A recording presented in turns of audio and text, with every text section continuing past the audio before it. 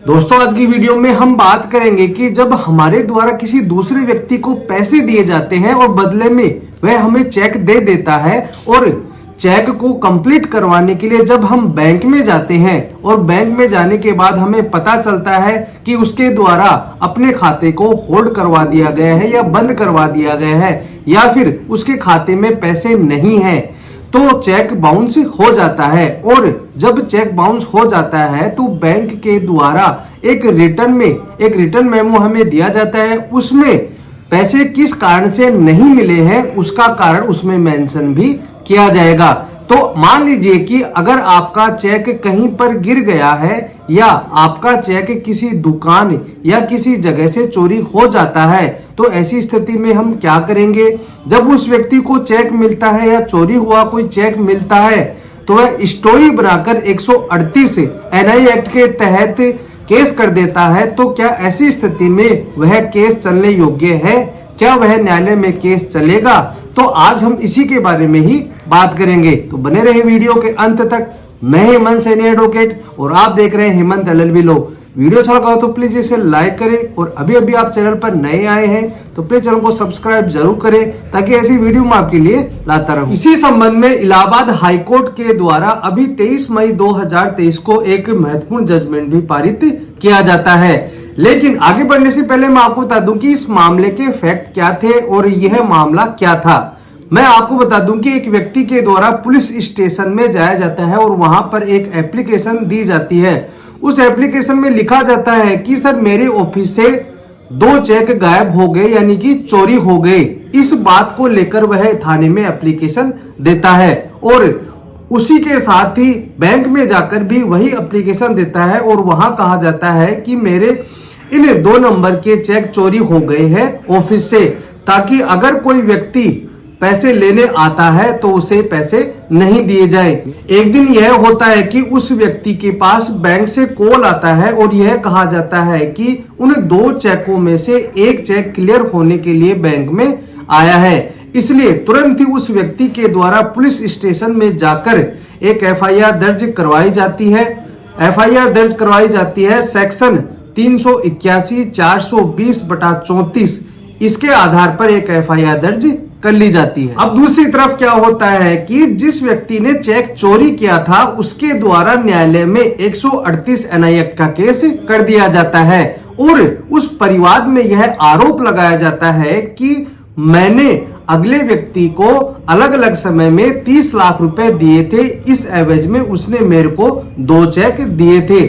उसको और उसकी फर्म के नाम से मैंने 30 लाख रुपए उसको दे दिए थे, लेकिन अभी तक वह 30 लाख रुपए मेरे को नहीं दिए हैं और अपने खाते को भी उसने बंद करवा दिया है। इस प्रकार से 138 एनआई एक्ट का केस कर दिया जाता है और एनआई एक्ट के सेक्शन 129 में गलती होने के कारण आर्गुमेंट में मजिस्ट्रेट के द्वारा उस आरोपी को सम्मन भेजा जाता है। अब आप ध्यान से सुनना, जब वह एक चेक बैंक में क्लियर होने के लिए आता है और बैंक में अगर पैसे नहीं होते हैं तो बैंक के द्वारा एक रिसिप्ट दी जाती है जिसे हम रिटर्न मेमो कहते हैं। उसमें किस रीजन से आपको पैसे नहीं मिले हैं वह मेंशन किया जाता है। इसलिए जिस व्यक्ति के चेक चोरी हो गए थे पहले ही उसके द्वारा बैंक में वह एप्लीकेशन दी गई थी कि मेरे 2 चेक चोरी हो गए हैं, अगर कोई व्यक्ति इन्हें क्लियर कराने आता है तो मुझे पहले उसकी सूचना की जाए। इस कारण से जब वह चेक बैंक में क्लियर होने के लिए आता है तो बैंक के द्वारा उसे दोबारा से एक रिटर्न में यह दिया जाता है कि उस रिटर्न मेमो में लिखा जाता है रिपोर्टेड लॉस्ट, मतलब कि बैंक को पहले ही सूचना दी गई थी कि हमारे चेक चोरी हो गए हैं। तो जिस व्यक्ति के चेक चोरी हुए थे कोर्ट के द्वारा उस व्यक्ति को तलब कर लिया जाता है और उस व्यक्ति के द्वारा हाई कोर्ट में क्रिमिनल रिवीजन दाखिल की जाती है। क्रिमिनल रिवीजन को यह कहते हुए खारिज कर दिया जाता है कि समनीय ऑर्डर के खिलाफ क्रिमिनल रिवीजन मेंटेनेबल नहीं है।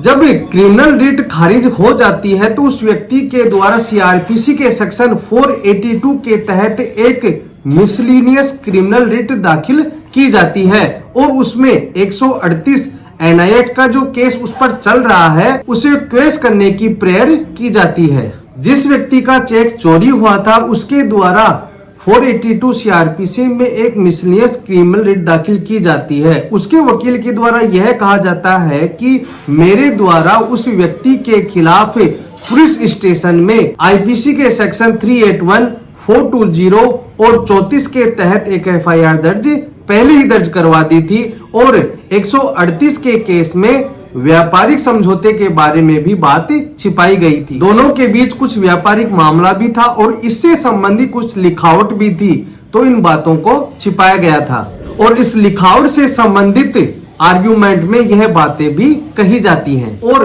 मुख्य बात यह कही जाती है कि तथ्यों को छिपाया गया है और जब चेक चोरी हुए थे तो उसकी सूचना मैंने पुलिस स्टेशन को दे दी थी, साथ ही बैंक में भी इसकी चोरी की सूचना बैंक वालों को दे दी थी, इसलिए यह 138 एनआई एक्ट का केस नहीं बनता है। अब सरकारी वकील के द्वारा आर्ग्यूमेंट किया जाता है और दो केसों का जिक्र भी किया जाता है जो आपकी स्क्रीन पर दिखाई दे रहे हैं। सरकारी वकील के द्वारा सुप्रीम कोर्ट के जजमेंट को पढ़ते हुए यह कहा जाता है कि स्टॉक पेमेंट करने के बाद भी 138 एनआई एक्ट का केस किया जा सकता है और चेक खोने का डिफेंस जो आरोपी के द्वारा लिया जा रहा है वह इस स्टेज पर नहीं देखा जाएगा। यह सरकारी वकील के द्वारा आर्ग्यूमेंट किए जाते हैं और आरोपी के द्वारा 482 सीआरपीसी के तहत मिसलिनियस रिट जो दाखिल की जाती है उसे खारिज करने की प्रेयर की जाती है।